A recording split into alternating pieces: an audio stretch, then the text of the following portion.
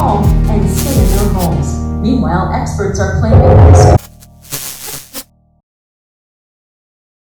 Alright, it's about time. What's up, guys? Today we're buying shoes on the dark web. It's actually pretty hilarious. So this is my... Good evening. I'm your host here at the Nocturne Collective, Nico. And if you're anything like me, you spent far too much time on the internet with unrestricted access as a young entity. Time that eventually led me to a topic we all eventually stumbled upon: the dark web. But what was the dark web as we thought about it at the time? What about it, or at least the stories of it, was seemingly so scary? Is it even real at all? Join me, as tonight I'll answer all this and more. So settle in, stay warm, and whatever you do, don't venture too deep on the internet. Some things are best left kept in the dark. You can't visit those websites in a regular browser. You have to do that while you're connected to the Onion router. Even like murder for hire, there's counterfeit money, there's fake IDs, you know, there are all kinds of different websites. We ordered yet another dark web mystery box. Over the course of 5 years, we've encountered some crazy things.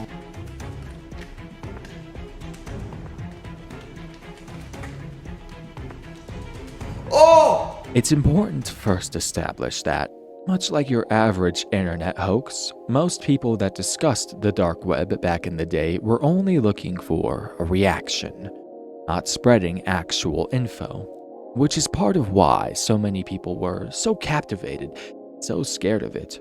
Little Timmy was told he could go on the dark web and buy cocaine and human organs. He doesn't know if this is real. He's too young to even begin to verify it. So, since the people online act like it's true, then well, it must be. When really, they just wanted to scare him. That's the general idea of what we're working with here. So keep in mind that whatever predisposed ideas you may have of what the dark web is or isn't may not be as accurate as you've been led to believe. And maybe there's more truth to what you've been told than what you believe.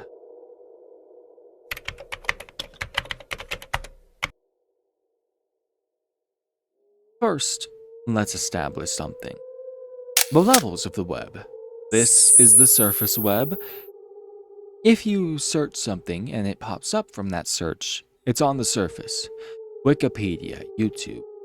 Most anything and everything you'll ever need is here. Then, the deep web. Honestly, a cool name for something so mundane. Your email inbox is here, private databases, banking services, etc.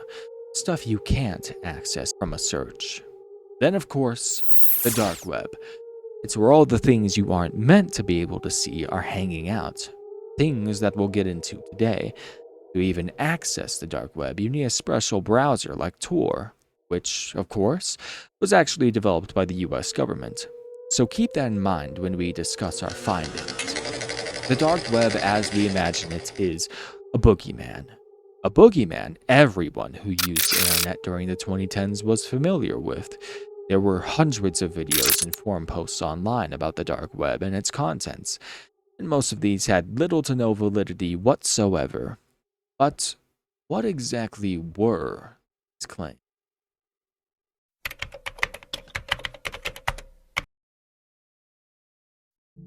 Okay, so red rooms are real, but not in the way you might think. Let's talk about it. A red room, as it was spoken about, was essentially a dark web live stream you paid to get access to. These streams would feature somebody, usually bound, gagged, and blindfolded in some way, set in a room with someone else who would, at the demands of a paying chat, torture and eventually kill them. The term red room itself referencing the blood that would be spilled. However, for some reason, it eventually twisted into meaning an actual red room, or some kind of room lit by a red light. So, what's the verdict? Real? Fake? Fake, of course. However, there are some reports of red room sites existing.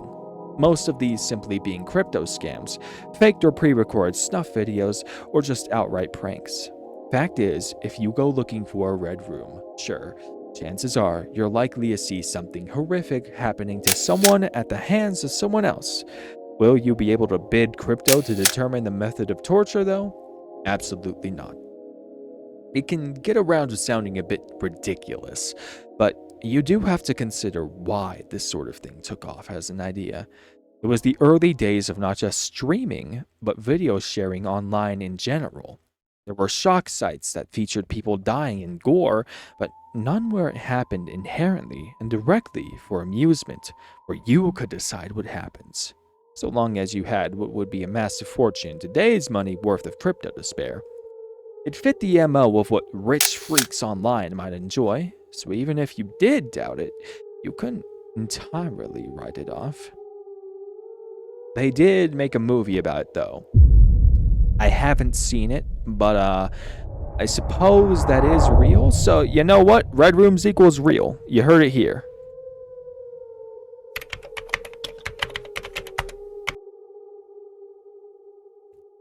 When you think of someone hiring an assassin, you may think of some sort of system where you use private emails and follow a private website chain to find some ultra-secret high-level murder-for-hire service that you pay in crypto or from an offshore bank account. The truth is far less glamorous, in real life at least. In the context of the dark web, assassination services were, well, as the name might imply, websites where you could find and pay someone to kill somebody else. Whereas in the case of red rooms, those were just hoaxes with very sparse or no real bearing, assassination service websites were real. Kind of. Okay, so again, there is no evidence to support you could actually go onto the dark web and hire someone to kill someone. Or more accurately, there's no evidence to support it actually worked. However, websites for these services did exist, appearing oftentimes surprisingly well made and with high levels of professionalism, including pricing tiers and customer testimonials. You could even pay for more crimes other than just murder, like arson or kidnapping. As you might expect, most were simply crypto scams, or just generally fake, but also there were those amongst them that were real, just sting operations, set up by the government to catch people in the act since, you know, killing people is already illegal, but paying someone to kill someone is just shameless. Still very illegal, but also shameless, and that's worse. Thinking about it more, it's pretty easy, even for a kid on the internet, to realize that not a single serious murderer looking to get paid for murder would ever make a website. The government, one of them out there at least, would eventually track down whoever is behind it. Besides, how would you ever verify a customer testimonial from somebody that hired an assassin? It's just ridiculous. Still, that didn't stop there from being concerns built up when it came to some of these sites. That takes us to Besa Mafia, the dark web's most infamous murder-for-hire website. Assassinations, kidnappings, beatings, whatever you needed. If it came at the harm of someone else, Besa Mafia had you covered, all at the hands of some Albanian gangsters, only for the low price of like $10,000 in cryptocurrency. So many people thought that this one was the one. Enough money, enough time, and those Albanians would get it done. So did they? No. In 2016, white hat hacker and British IT admin Chris Monteiro, alongside anonymous hacker BRPSD, breached into the site's system and uncovered the truth.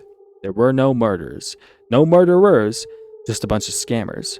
Scammers that would be arrested from 2017 to 2022, alongside clients that had paid and got duped for the services. Again, it is illegal to pay someone to kill someone, even if you got scammed. Also, a surprising lack of Albanians behind the scenes as well. Regardless, another fake, but at least a little more legitimate than the Red Rooms. I mean, at least in this case, people were actually actively committing crimes and getting caught for them. But regardless.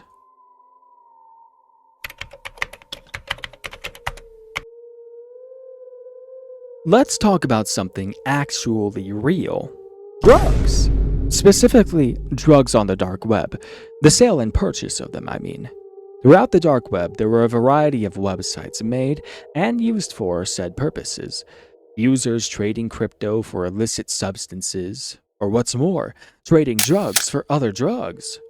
If you know anything about this topic, then you'll recognize the name Silk Road. The site itself only existed from 2011 to 2013, but its legacy has been carried forth over a decade later. If you want a good idea of what Silk Road was like, just think Amazon. But for drugs. Or anything illegal one might want to buy, really. Mostly drugs, though. The market itself was large, largely anonymous, and largely profitable, with payment being done entirely in Bitcoin, and it was all real. It's important to emphasize just how real Silk Road was, because that's exactly how the dark web scared us. A bunch of anons trading coin and sending drugs to each other isn't that scary, but it was real. And if that was real, then murderers for hire and red rooms and other such things had to be. Somewhere, deep and hidden away, there had to be truth to the rumors. Silk Road being taken down in 2013 by the FBI only further served to fuel the fire. First of all, its creator, Ross Ulbricht, was tracked down, named, shamed, his assets seized, and he received life in prison. That all is real. That actually happened. So, is every site on the dark web that gets taken down real? Is the government watching everyone that steps foot on it? Do they have the names of the people behind the sites? Was Ross just to set an example while the others are secretly dealt away with? Got your heart pumping a little faster there, didn't I? As I said, those other sites and services weren't real, but having something that was, and the many somethings that came after it take its place, did serve to add more believability to the rumors. Also, there were those waves of content farm buying a mystery box off the dark web videos like 8-ish years ago. Not really relevant to the broader point, just thought I'd remind everyone of them. What is this? Oh my god. Okay, I don't even want to touch that. I think you guys can already assume what the hell that was. Your mom's tampon?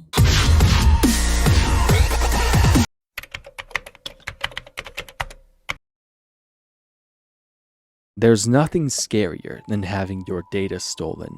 That's why today's video is sponsored by... Yeah, as if I'd have a sponsor this early in. Anyway, these ones are real. You can find things like this even off the dark web. Just find some dedicated nerd on Discord. He'll do it for free because he's bored. Okay. I'm half joking. You couldn't go on the dark web and find a listing for a hacking service, pay them, and they just remote into your target's PC. Most of them couldn't even get into their social media accounts like they would claim to be able to do. Plenty were scams, though there were those out there that were real. It was more boring than one may imagine, though, sending out phishing attempts until they got their target, raining down a DDoS wherever you please, with varied results, of course.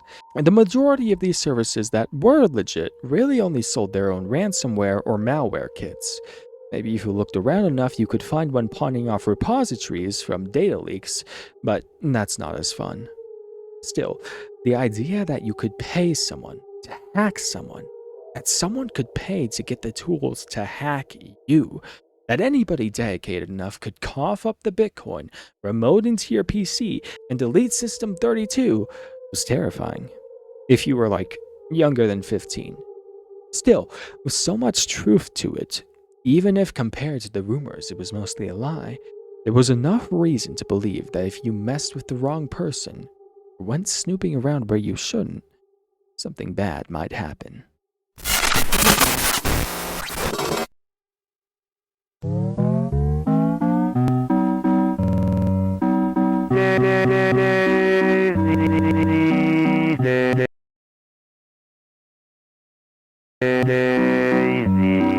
Give me your answer. I'm The dark web is almost certainly a boogeyman. Nearly every story of what was on there is a fabrication, meant to scare those who couldn't prove otherwise or were ignorant to the internet as a whole. Still, there was some truth to it all. Scammers were real, drug markets, stolen data. There was even some truth to the hacking stuff. But that's not what stuck out and spooked internet users for years. Red rooms, hitmen, top secret gatherings of internet evildoers, even mystery boxes. Those things aren't real, but stories about them were, made possible by people who could never visit them nor understand them, fueled by scary YouTube videos and media panic. In the end, the dark web wasn't the internet's deepest and darkest horror, it was simply the internet's greatest campfire story. Thank you. Good night. And if you made it this far into the video, please like and subscribe and comment. I might start streaming on here soon, myself playing some recent horror games that came out in the last 2 years, so look out for that. Maybe comment about it if you really want to see it. We've got more videos coming, but these things take time and cost money, so please do your part, share them around, engage with them, boost the engagement, do whatever. Please, please.